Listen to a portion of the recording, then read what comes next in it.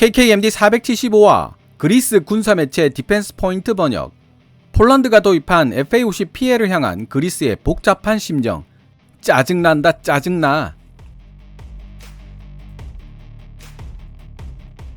FA-50PL을 언급하는 그리스 군사 전문 매체 디펜스 포인트의 기사 내용을 처음 접했을 때는 그리스도 FA-50에 관심을 가지는 건가? 단순하게 생각을 했었는데 내용을 들여다보니 제가 잘못 생각했다는 사실을 깨닫게 되었습니다. 2000년대 초반까지만 해도 해운과 관광산업을 바탕으로 그리스는 전 국민이 풍요로운 생활을 누렸을 정도로 살기 좋은 나라였다고 합니다.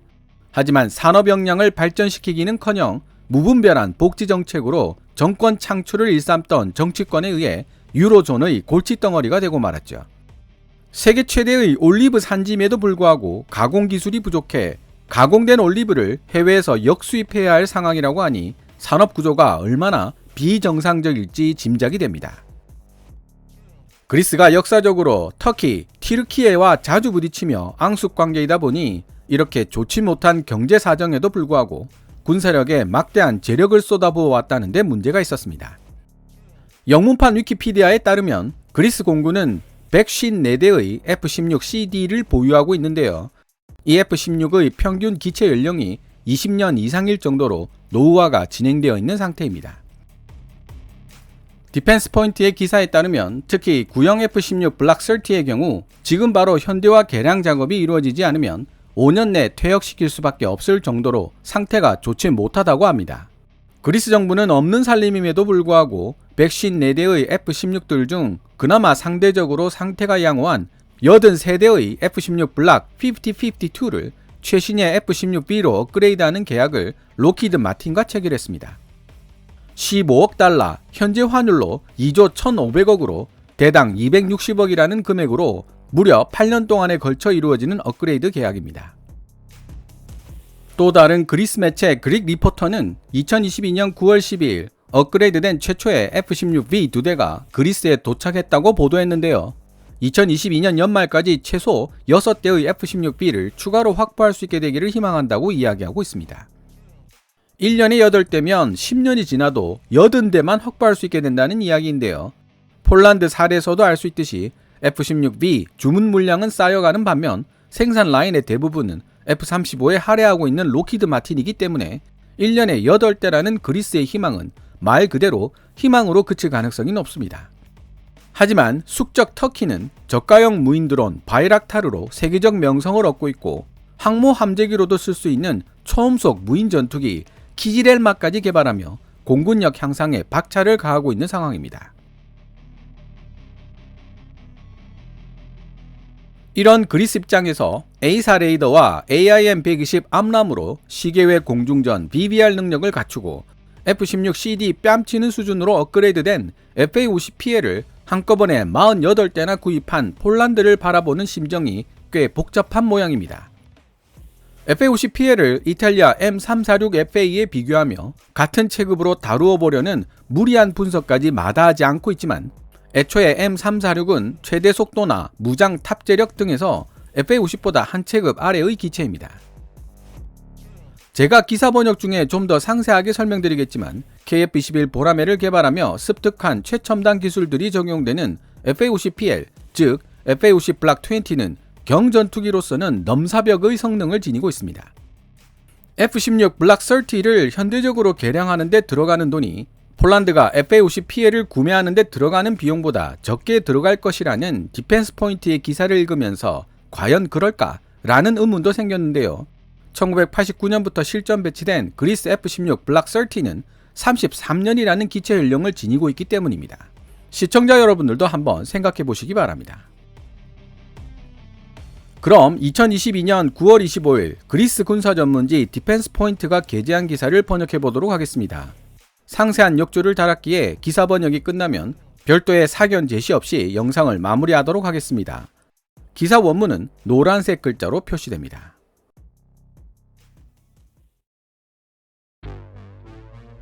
A4 레이더가 장착된 대한민국의 FA-50PL 경전투기를 폴란드가 도입한 이유는 중고 F-16들을 더 이상 찾아볼 수 없었기 때문이었다.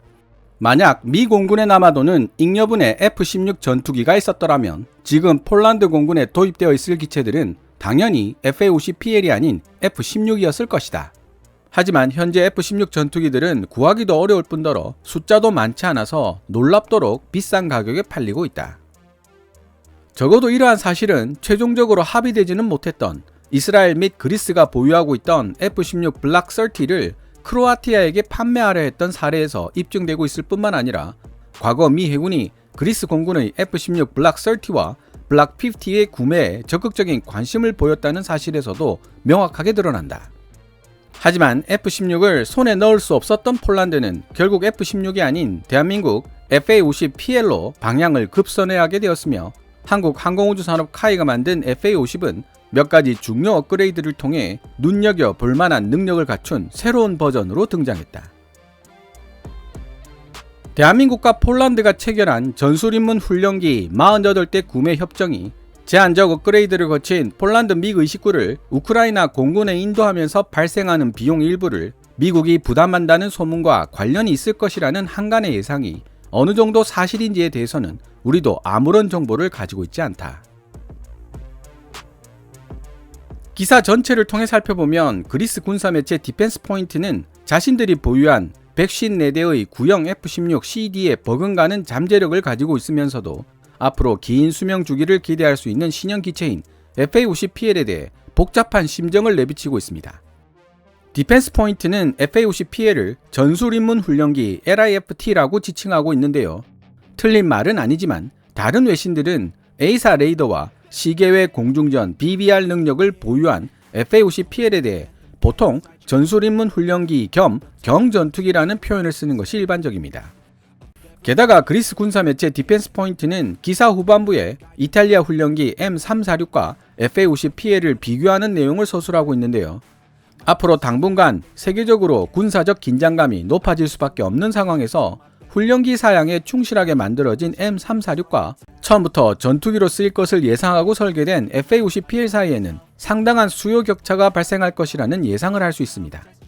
아이러니하게도 러시아와 중국이 FA-50PL의 시대를 불러오고 있는 것입니다. 그러나 우리가 확실히 알고 있는 내용인 동시에 우리 국민들에게 강조해야 할 필요가 있는 것은 지난 30년 동안 한국인들이 미국의 군사 원조에 만족하지 않고 각종 무기 시스템과 전투기, 최근에는 항공기용 A사 레이더에 이르기까지 자체적인 개발과 생산이 가능할 수 있도록 엄청난 자본과 인력을 투자해왔다는 사실이다. 대한민국이 이 분야에 어느 정도로 지대한 관심을 가지고 적극적인 투자를 해왔는지를 명확하게 보여주는 존재가 바로 4.5세대 전투기 KF-21 보람의 개발 프로그램이다. 폴란드 FA-50PL에 장착될 A사 레이더 시스템은 쌍발 엔진 전투기 KF-21을 위해 개발된 한국형 A사 레이더를 축소시킨 버전이 될 것으로 보인다.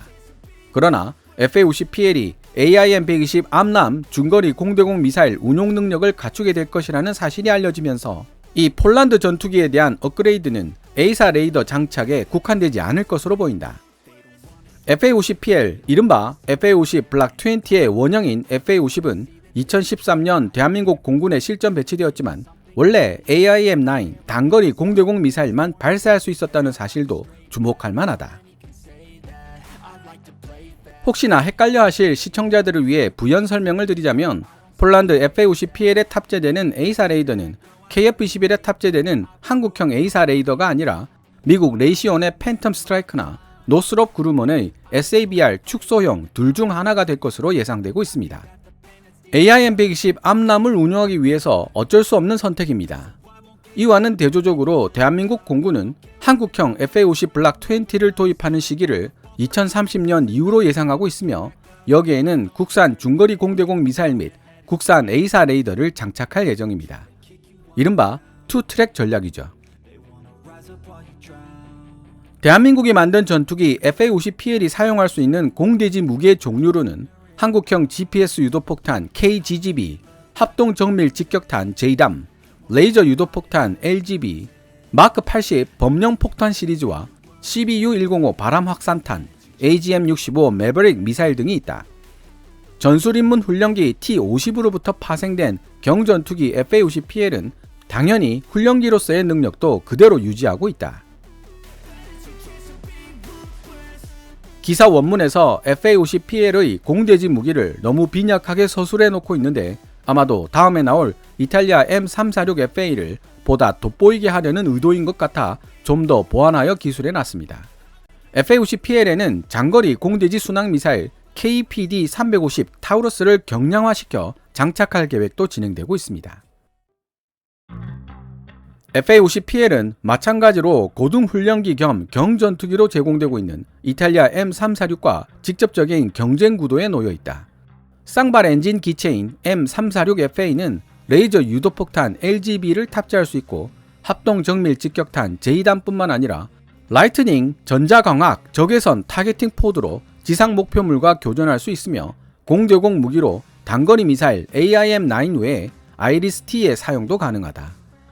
M346FA 역시 폴란드에 제한되었지만 폴란드인들은 M346을 고등훈련기로 사용하면서 여러가지 불만스러운 문제들을 경험했다고 주장하며 M346FA를 선택하지 않았다. KKMD-445와 나토 규격으로 유럽에서 주목받고 있는 A4, BBR, 전자전 능력을 갖춘 멀티럴 파이터 FA-50 블락 20 세부적 개량 내용과 등장 가능 시기는 편을 통해 FA-50 블락 20 개량의 세부적인 내용을 전해드린 적이 있습니다. 그리스 군사 전문지 디펜스 포인트는 FA-50 블락 20 개량 내용에 대해 너무 한정적인 정보만 제공하고 있는데요. 아까도 말씀드렸지만 다분히 그리스가 사용하고 있는 M346을 돋보이게 하려는 의도를 가지고 있는 것 같습니다. 폴란드에서 지적한 M346의 문제점으로는 기본적으로 천음속 기체이기 때문에 공격기나 전투기로서는 부적합하고 A4 레이더와 중거리 공대공 미사일 AIM-120C 통합이 확정된 FA-50PL에 비해 시계외 공중전 BBR 능력이 확연하게 떨어진다는 사실입니다. 디펜스 포인트는 M346FA가 AIM-9 외에 아이리스-T를 운용할 수 있다며 마치 FA-50PL보다 우위에 있는 것처럼 이야기하고 있지만 멀리서 쏘고 달아나는 히트앤런 위주의 현대 공중전에서 사용 가능한 단거리 공대공 미사일 숫자가 하나 더 늘어난다고 해도 큰 의미를 두기는 어렵습니다. 또한 FA-50 블락 20는 링크 16 데이터 링크를 기본으로 탑재하고 있으며 항전 및 비행 제어 시스템을 신형으로 교체하고 조종석에 대화면 시형기 LAD를 장착하여 F-16B 및 F-35와의 조종 공통성을 높일 계획을 가지고 있습니다. F-16과 동일한 공중 급유 기능은 물론이고 300갤런 외부 연료 탱크와 스나이퍼 타겟팅 포드를 갖추고 있으며 내 외장 훈련 시스템을 장착하고 KF-21 보람의 개발 과정을 통해 확보된 4가지 첨단 기술들, 구체적으로 자동 지상 충돌 회피 시스템 GCAS, 공중 충돌 회피 시스템 TCAS, 적어도 지형 추적 기능 TF, 자동 자세 회복 시스템 PARS 등을 FA-50 블락 20에 적용하여 조종사의 생존성과 임무 성공률을 높이겠다는 목표를 세우고 있습니다. 헬멧 장착형 시형기 HMD를 통해 조준선 박 추적 기능 HOBS와 LIG 넥스1이 KF-21용으로 개발한 내장형 전자전 체계도 FA-50 블락 20에 장착될 예정입니다. 이 정도 개량이면 디펜스 포인트가 비교 대상으로 들고 있는 M346과는 상당한 차이를 보이는 기체가 될 것으로 분석됩니다. FA-50PL과 M346FA 모두 스웨덴 사브가 만든 전투기 JAS-39EF 그리펜에 비할 바는 아니다. 성능 면에서 큰 차이가 있는 것은 아니지만 임무 장비나 무장 탑재력에서 큰 차이가 있다. 그럼에도 불구하고 FA-50PL과 M346FA의 미래 전망은 매우 밝으며 특히 언제 이들이 유무인 복합체계 멀티 능력을 부여받을 수 있을지가 주요 관심거리이다. 폴란드가 FA-50PL을 선택했던 중요한 이유는 폴란드 공군이 보유한 F-16CD 블락 52 플러스 및 앞으로 도입하게 될 F-35A가 FA-50PL과 서로 호환성을 지니고 있기 때문이라는 말이 돌고 있다. F-16과 F-35A 모두 록히드 마틴이 설계한 기체들이며 록히드 마틴은 약 25년 전 탄생한 카이 T-50의 설계와 개발에도 관여했기 때문이다. 그럼에도 불구하고 우리가 가장 주목해야 할 중요한 팩트는 아마도 이번 한국 폴란드 간에 체결된 방산계약을 통해 대한민국 전투기 FA-50이 유럽 전투기 시장에 활발하게 진출할 수 있게 되었다는 사실일 것이다. 그리스는 현실적으로 폴란드 FA-50PL 프로그램에 대한 두 가지 사실에 큰 관심을 가지고 있다. 첫째는 폴란드가 F-16 및 F-35A와 완전히 상호 운용될 수 있는 48대의 FA-50PL 경전투기를 구매하기 위해 투자한 것보다 더 적은 금액을 투자하여 현재 그리스 공군이 사용하고 있는 구형 F-16 블락 30를 충분히 가치 있는 전투 플랫폼으로 바꿀 수 있다는 사실이다. 이 대목에서 우리는 지금까지 주장해왔던 내용을 다시 반복하게 되는데, 수명 주기가 얼마 남지 않은 F-16 블락 30를 즉시 현대적으로 개량하지 않는다면 이들은 5년 이내에 퇴역될 수밖에 없다는 사실이다. 헬라스 저널 웹사이트에서 먼저 주장되고 디펜스 포인트에 의해 다시 기사화되었던 내용처럼 여러가지 피치 못할 제약들이 남아있고 수명 주기가 끝나기까지 시간이 얼마 남지 않았기 때문에 F-16 블락 30의 미래에 대해 제시된 여러 제안들 중 어느 하나라도 제대로 시행하기 쉽지 않을 것이라는 게 우리의 생각이다. 그리스가 관심을 가져야 할 두 번째 문제는 일단 FA-50PL의 기수 부분에 소형 A사 레이더가 탑재된다면 터키의 무인 항공기 제작업체 바이카르가 개발 중인 초음속 무인 전투기 키지렐마에 그것이 탑재되는 것은 시간 문제일 것이라는 점이다. 터키와 대한민국이 여러 분야에 걸쳐 오랜 기간 협력해오고 있다는 사실이 널리 알려진 상황에서 터키인들은 키지렐마에 한국산 소형 A사 레이더가 탑재될 가능성을 벌써부터 사방에 선전하고 있다. 터키가 최종적으로는 KF-21 보라매 프로그램에 참여하지는 않았지만 그럼에도 불구하고 한국 항공우주산업 카이가 만든 KT-1 웅비 터보 프로풀련기를 운용하고 있으며 A사 레이더 분야에서도 대한민국과 협력하고 있다. 디펜스 포인트와 그리스 밀떡들에게는 다행스럽게도 FA-50PL에 탑재되는 A사 레이더는 미국산이기 때문에 기사 내용처럼 대한민국이 터키에게 당장 소형화된 A사 레이더를 판매할 일은 없을 것으로 생각됩니다. 다만 대한민국 공군이 10년 후에나 FA-50 블락 20를 도입할 예정이라는 점을 생각해 본다면 어쩌면 바이카르 키지렐마에 소형화된 국산 A사 레이더가 먼저 탑재될 가능성도 완전히 배제하기는 어렵겠다는 생각이 들었습니다. 현재로서는 그리스 방산업계와 그리스 군 전체를 통틀어 살펴봐도 F-16 블락 30를 개량하거나 독자적으로 무인 전투 시스템을 대규모 개발하려는 의지가 눈꽃만큼도 보이지 않고 있다. 다른 나라들이 무인 전투기 개발뿐만 아니라 소형 수상 전투함을 무인화시키는 작업에 많은 노력을 기울이고 있음에도 불구하고 말이다. 지금까지 2022년 9월 25일 그리스 군사 전문지 디펜스 포인트가 게재한 기사를 번역해 보았습니다. 미리 말씀드린 대로 별도의 사견 제시 없이 영상은 여기서 마무리하도록 하겠습니다. 오늘 KKMD에서 준비한 내용은 여기까지입니다. 방송되었던 내용들은 KKMD 공식 블로그에서도 만나보실 수 있으니 구글 검색창에서 KKMD를 검색해 보시기 바랍니다. KKMD는 여러분들께서 챙겨봐 주시는 광고 수익으로 운영되고 있으며 후원 멤버로 가입해 주시면 영상 제작 지원과 더불어 업로드된 영상을 더 일찍 만나보실 수 있습니다. 지금까지 시청해 주셔서 감사합니다. Kevin's Military Channel KKMD